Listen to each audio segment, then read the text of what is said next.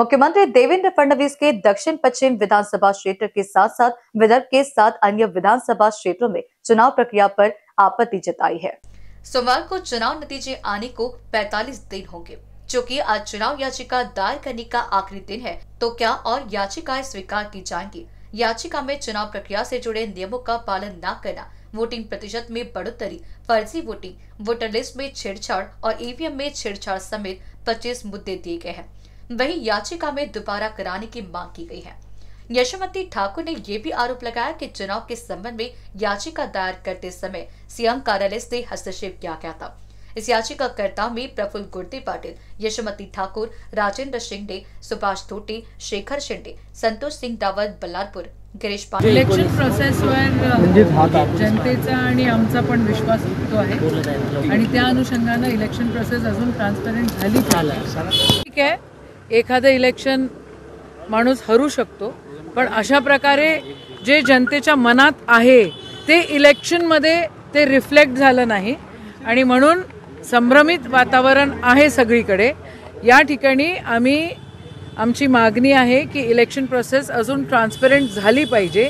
ज्या काही गोष्टी लपून छपून होत आहेत त्या न होता क्लॅरिटी याच्यामध्ये आली पाहिजे आणि डेमोक्रेसीला, लोकशाहीला जो तडा देण्याची प्रोसेस बॅकडोरनी सुरू आहे ती कुठेतरी थांबली पाहिजे आणि म्हणून आम्ही या ठिकाणी PIL केलेला आहे। एक्युमुलेशन ऑफ 15-16 पॉइंट्स आहेत, ते पॉइंट्स तुम्हाला काही दिवसांनी कळूनच जातील, ते येतीलच बाहेर।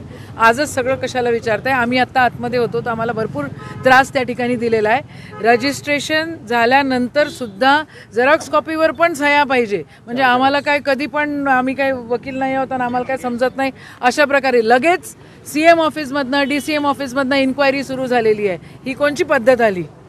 ही पद्धत नसते। एवढं प्रेशर डेव्हलप करण्याचं काही कारण नाही। आपण सगळे लोकशाहीमध्ये राहतो आणि ती लोकशाही बळकट राहण्याची जर मागणी आम्ही करत असू तर याच्यामध्ये वावगं काही नाही असं मला वाटतं। निवडणुकीनंतर जो रिझल्ट आला त्यानंतर मी 9 बूथचे पैसे भरले होते की बा आम्हाला VVPATची रिकाउंटिंग पाहिजे म्हणून, कारण निवडणूक आयोगाने 26 एप्रिल 2024 रोजी एक निकाल दिला होता। त्याच्यामध्ये असं म्हटलं होतं की बा ज्याला कोणत्या उमेदवाराला काही बूथवर शंका असेल तर त्याच्या मतदारसंघातील जेवढे बूथ आहेत त्यापैकी 5% बूथवर तुम्ही VVPATची मोजणी करू शकता, म्हणून त्यामुळे आम्ही ते पैसे भरले होते। मग नंतर आम्हाला जिल्हाधिकाऱ्यांनी सांगितलं की आता तसं बदललेलं आहे, आता आम्ही तुम्हाला 45 डेज नंतर आम्ही ते जे काही इलेक्ट्रॉनिक मशीन आहे की EVM आहे ते पूर्ण रिकामं करू, तिथले VVPAT आम्ही काढून टाकू आणि ती मशीन बरोबर चालते की नाही एवढं तुम्हाला आम्ही दाखवू। त्याचा अर्थ काही उपयोग राहणार ना, म्हणून त्यामुळे मी ते प्रोसेस मागं घेतली आणि मला नाईलाजानं मग आता निवडणूक PIL दाखल करावं लागली। त्या 2-3 मुद्दे आहे की माझ्या मतदारसंघामध्ये जो निवडून आलेला मनुष्य आहे त्याला 4च मतदारसंघामध्ये लीड कसा मिळतो? 4च राऊंडमध्ये, म्हणजे तो सतत मागं असताना, 3ऱ्या नंबरवर असताना, मागं असताना जो 21, 22, 23 राऊंड आला तर 8,000ची लीड कमी करून 4 राऊंडमध्येच तो 3,000 निवडून येऊ शकतो। याच्याबद्दल मला कुठेतरी शंका वाटली, त्यामुळे मी माननीय जिल्हाधिकाऱ्याला म्हणजे निवडणूक निर्णय अधिकाऱ्याला की मला जे बूथ पाहिजे होते, मतदान केंद्र पाहिजे होते, त्याला मला कमी मतदान झालं होतं। त्या मतदान केंद्रावर माझ्या माहितीप्रमाणे मला जास्त मतं मिळायला पाहिजे होते, पण ते मतं मिळाले नाही। त्याची मला फेरमतमोजणी करायची होती, परंतु ती मला करू दिली नाही। त्यामुळे मी त्याच्यासाठी म्हणून आता निवडणूक पिटीशन याचिका क्या दाखिल किया उसका मुद्दा तो हम अभी बोलेंगे नहीं, वो जो हमारा वकील के मार्फत से मालूम होगा। लेकिन मेरा मुख्य मुद्दा मैंने आपको बताया कि VVPAT की जो गिनती होना चाहिए थी, जो 26/4/2024 का सुप्रीम कोर्ट का जजमेंट था, उसको इन्होंने निवडणूक आयोग ने बदल दिया। तो VVPAT की गिनती नहीं होगी तो उसका फिर मतमोजणी का मतलब ही क्या आ रहा है, इसलिए हमने वापस ले लिया और PIL दाखल किया। मी ही निवडणूक प्रक्रिया चॅलेंज केलेली आहे, ज्या पद्धतीची निवडणूक ह्या राज्यामध्ये झाली आणि त्या बाबतीत जनतेच्या मनामध्ये प्रचंड मोठ्या प्रमाणामध्ये संदिग्धता आहे। निवडणूक निकाल जाहीर झाल्यानंतर इलेक्शन कमिशन त्यांच्या रूल्समध्ये बदल करतं आणि त्याचा रेट्रोस्पेक्टिव्ह इफेक्टनी ते रूल्स बदलल्या जातात। ज्या 5% VVPAT स्लिपच्या मोजणीचा नकार आता देऊन राहिलेला आहे, त्यानंतर EVM मशीनच्या माध्यमातून निवडणूक घेण्यासाठीच्या ज्या प्रक्रिया आहे त्या प्रक्रियेचा अवलंब न करता ह्या निवडणुका झालेल्या आहेत। त्यामुळे माझा जो स्पेसिफिक चॅलेंज जो आहे तो हेच आहे की आपल्या EVM मशीनद्वारे इलेक्शन कमिशनला निवडणूक घेता येते, मात्र ते घेण्यासाठीची जी प्रक्रिया कायदेशीर करणं गरजेचं होतं त्या प्रक्रियेला फाटा देत ह्या निवडणुका झाल्या। त्यामुळे ही निवडणूक रद्द करावी आणि इथं फेर निवडणूक घ्यावी अशी माझी कॉमन याचिका आहे। आणि कॉमन याचिकेमध्ये हाच मुद्दा आहे की EVM मशीनचा जर अवलंब करायचा असेल, कायद्याद्वारे ते निश्चित केलेलं आहे की EVM मशीन केव्हा करता येते आणि त्याचं स्वरूप काय असलं पाहिजे, त्याची प्रक्रिया काय असली पाहिजे आणि त्या प्रक्रियेचा कुठलाच अवलंब न करता EVM मशीनद्वारे ज्या निवडणुका घेण्यात आलेल्या आहे त्या मुद्द्याला आम्ही चॅलेंज केलेलं है। यह है कि एक्ट के मुताबिक EVM मशीन से चुनाव करा सकते हैं, मगर वो चुनाव कराने के लिए जो प्रक्रिया का अवलंब करना चाहिए वो प्रक्रिया पूरी की नहीं है, उसमें लूफहोल्स उन्होंने रखा है। इसलिए हमने वो इलेक्शन पूरे तरीके से चैलेंज किया कि जब प्रक्रिया पूरी नहीं हुई तो इलेक्शन भी कंप्लीट नहीं है, इसलिए उसको आप रद्द करिए। 5-6 लोक दिसतात आहे। परवापर्यंत डॉक्टर राजेंद्र शिंगणे आहेत, आपले यशोमतीताई ठाकूर आहेत, सतीश वारजूरकर आहेत, मी आहे, गिरीश पांडव आहे, त्यानंतर सुभाष भाऊ धोटे आहेत, असे अनेक लोक आहेत। ॲडव्होकेट आकाश मून आहे।